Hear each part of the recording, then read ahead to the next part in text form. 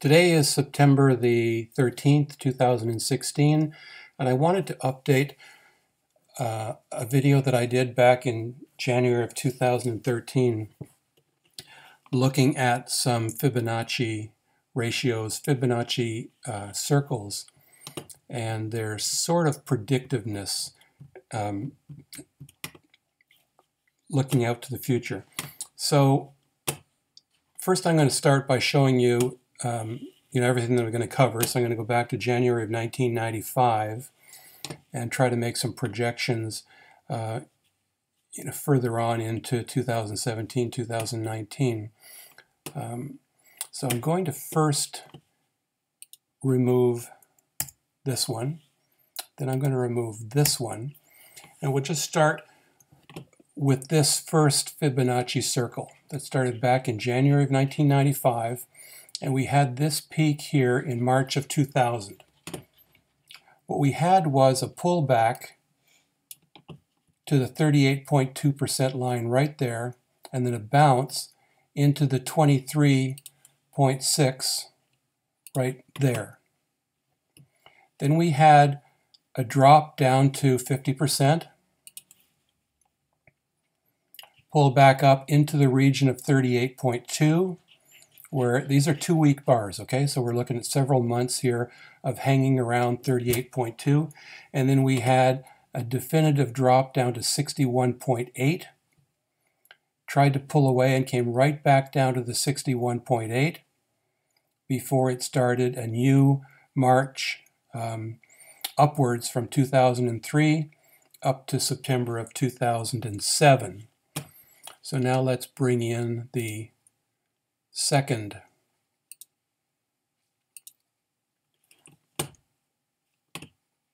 circle, which starts with the low right here and the high of September of 2007. And we can see pullbacks into 23.6 into this first circle, and then we see an attempt to pull away and drop down to 38.2%, attempt to move up, and then a severe drop right down to below the 78.6%. You remember, of course, this was February of 2009, famous period, but we hit our bottom actually below the 78.6% and haven't looked back since then. So then let's apply the third. And let's move this over a little bit. So now we go back to this famous March 2009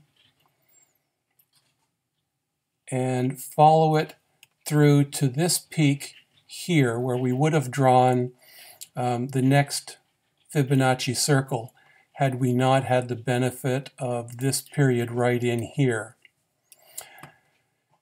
And let's look at what happens. First pullback really should have been to 23.6 like we saw here and we saw here, but it didn't happen. So when I saw that it didn't happen, I sort of lost interest in this study.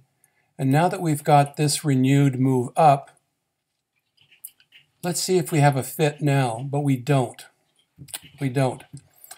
So we don't have that pullback to 23.6, so we don't have a replication in process like back here in 2008 and back here in 2000. So why could that be? So let's take a look at some Fibonacci extensions here, and and let's start here being our 100% point, because we had two highs, so that's a pretty significant point, and we want to take as our low the 1995 low when this whole chart started. And what do we see is that once we went through this area here of 100%, we struggled at 127, we struggled at 138, but we've got a 161.8% there. So what if we were to say that this circle's point is actually somewhere up here? What happens is that now we can see the past touching 23.6. You know, is that significant because it's behind us, where the others were a pull back to 23.6, a pull back to 23.6. Here we're seeing a rise from 23.6. So if we were to hit 2240, it would be reasonable to think we would pull back to 23.6 if we're going to repeat the two patterns of the past. But right now what we have is this in play, and we want to wait for this to play out. Do we go to 2240, or are we going to come down to this 23.6? Time will tell.